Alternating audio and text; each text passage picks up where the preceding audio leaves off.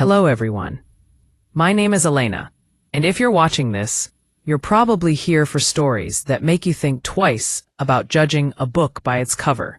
Today, I'm sharing something that happened to me just last year. A story that's equal parts heartbreaking and empowering. It's about the time I pretended to be broke when my fiancé's wealthy parents came to visit. Their reaction? It shocked me to my core. But when I finally revealed the truth, well, let's just say it changed everything. Grab a cup of tea, because this is going to be a ride. Let me start from the beginning. I'm 32 years old, and I've built a life I'm incredibly proud of. But it wasn't always easy. I grew up in a small town in the Midwest, the daughter of immigrant parents who worked 2 jobs each, just to keep the lights on. We lived in a modest 2-bedroom apartment, and luxuries like eating out or new clothes were rare treats. My parents taught me the value of hard work, humility, and never flaunting what you have, because you never know, and it might all disappear. I carried those lessons with me through college, where I majored in computer science on a full scholarship.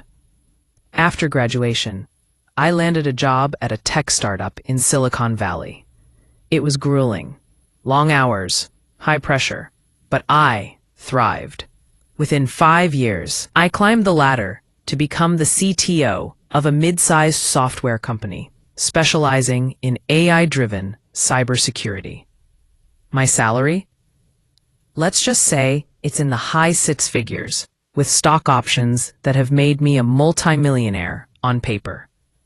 I own a beautiful home in the hills, drive a modest electric car, nothing flashy, and invest wisely. But here's the thing. I don't show it off. My wardrobe is simple. Jeans, sweaters, practical shoes. I shop at thrift stores, not because I have to, but because I enjoy it. And I give back, a lot. Anonymous donations to charities. Scholarships for kids like I once was. That's who I am. Successful, but grounded. Now enter my fiancé, Alex. We met 2 years ago at a charity gala. He was there representing his family's foundation, and I was volunteering behind the scenes. Alex is kind, funny, and down to earth, despite coming from old money. His parents, Mr. and Mrs. Harrington, let's call them Robert and Victoria, are the epitome of high society. Robert built a real estate empire, owning luxury properties across the country, and Victoria comes from a lineage of European aristocrats. They live in a sprawling mansion in the Hamptons, vacation in the French Riviera, and their social circle includes CEOs and celebrities. Alex had warned me they could be judgmental. They're traditional, he'd say. They value status. But I brushed it off. Love conquers all, right? We got engaged 6 months ago on a quiet hike in the mountains. No diamond the size of a golf ball, just a simple band that meant the world to us. Alex proposed with tears in his eyes, promising a life built on mutual respect. But then came the inevitable. His parents wanted to meet me properly. Not just a quick dinner, but a full weekend visit at our home in California. Alex was excited. I was nervous. I'd heard stories from him, how they disapproved of his ex-girlfriend because she was from the wrong side of the tracks.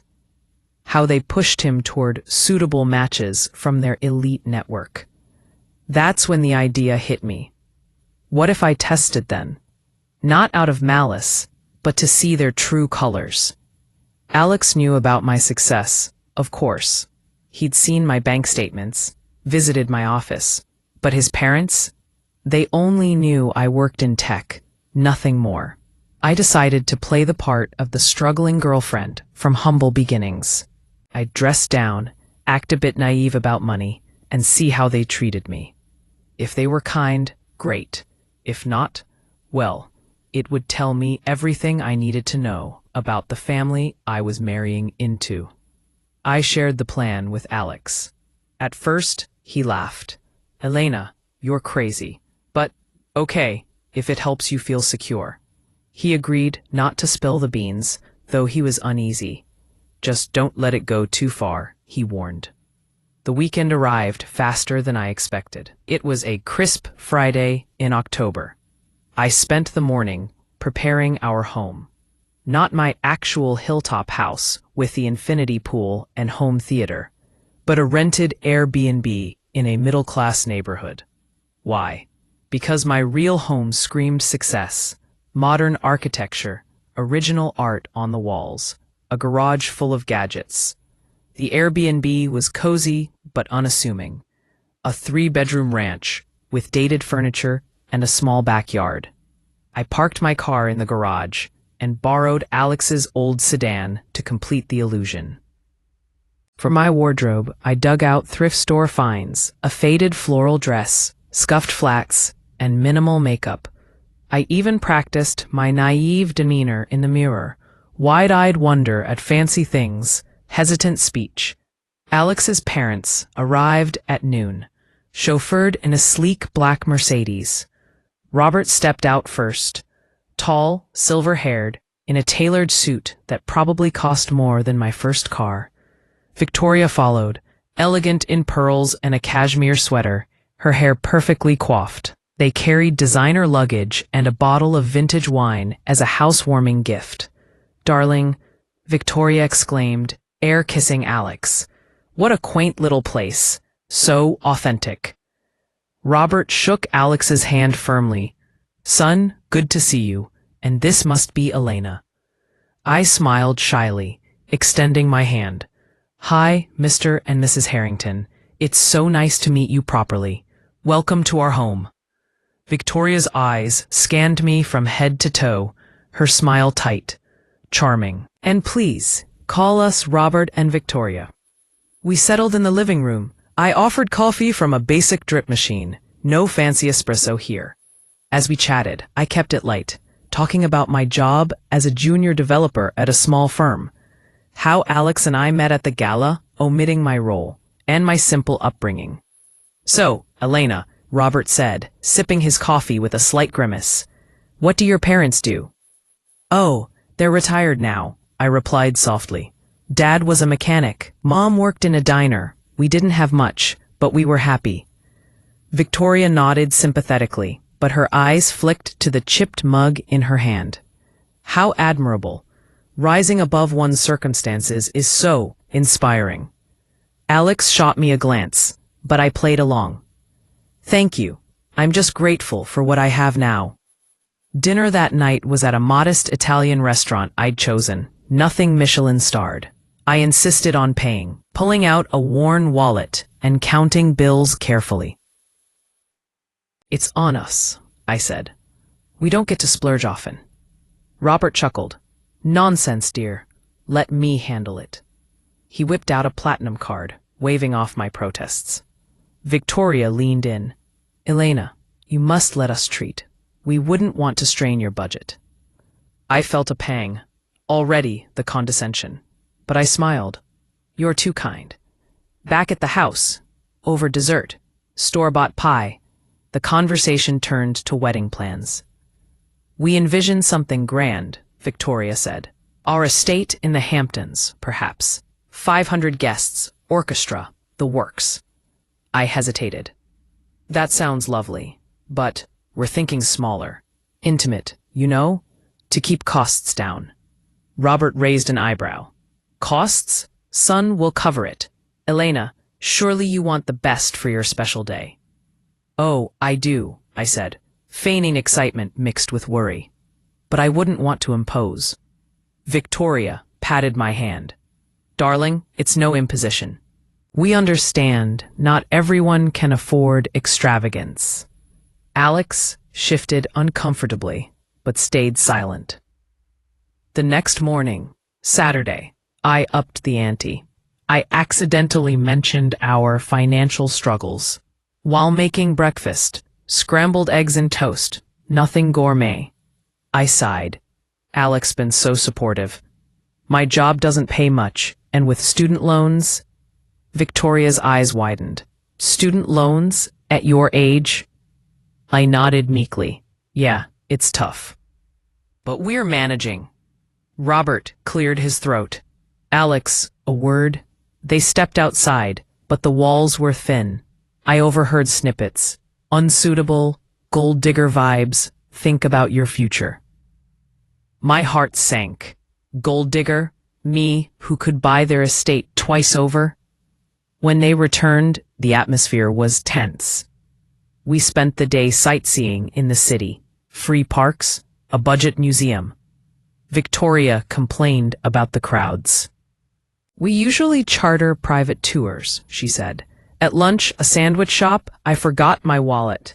Oh no, I'm so sorry. Robert paid again, but muttered to Victoria, "This is getting ridiculous." That afternoon, back at the house, things escalated. We were discussing family traditions when Victoria pulled out her phone. "Elena, have you thought about prenups? It's standard in our circles." I blinked. "Prenups?" "Yes," Robert interjected, "to protect assets. Alex has a substantial trust fund." I pretended confusion. "Oh, I didn't realize. I don't have much to protect." Victoria smiled thinly. "Exactly. It's for everyone's peace of mind." Alex finally spoke up. "Mom, Dad, that's not necessary." But they pressed on. "Son, we're just looking out for you. Elena seems sweet, but—" The implication hung in the air. "But she's beneath you." Dinner that night was at home. I cooked a simple pasta dish. As we ate, Robert steered the conversation to careers. "Elena, what exactly do you do in tech?" "I'm a developer," I said vaguely. "Coding apps, that sort of thing." "Ah, entry level?" Victoria probed. "Something like that." They exchanged glances. Later, as Alex and I cleared plates, I heard them in the guest room. "She's nice, but not wife material. No ambition. You'll end up supporting her." Tears stung my eyes. Not from hurt, but anger. How dare they judge me based on appearances? Sunday morning was the breaking point. Over coffee, Robert pulled Alex aside again. This time, I eavesdropped deliberately. "Son, we love you, but this engagement, rethink it. Offer her a settlement to walk away. 50,000 should do it. She'd jump at it." Alex protested. "Dad, you don't know her." "We know enough. She's from nothing, going nowhere." That was it. Time for the reveal. I waited until we were all in the living room. "Robert, Victoria, there's something I need to tell you." They looked expectant, perhaps thinking I'd bow out gracefully. I took a deep breath.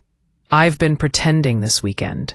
Not about loving Alex, that's real, but about my life. I'm not broke. I'm not struggling." Confusion crossed their faces. I pulled out my phone, opening my banking app. "See this? My net worth is over $10 million.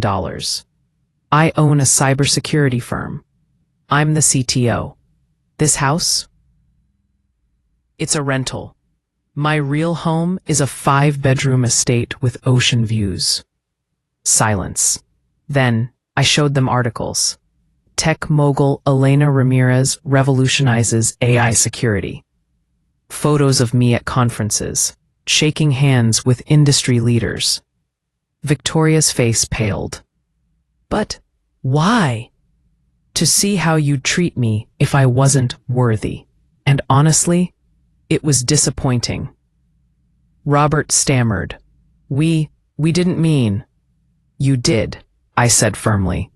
"You called me a gold digger, offered to pay me off." Alex stepped in. "I knew about the plan. I hoped you'd prove her wrong."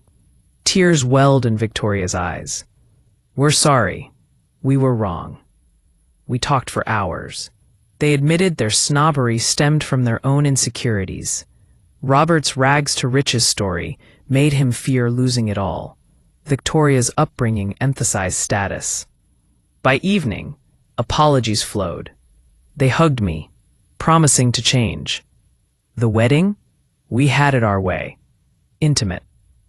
Meaningful. And now, our families are closer, built on respect, not riches.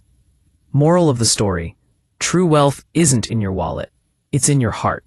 Don't judge by appearances. You might miss the real treasure.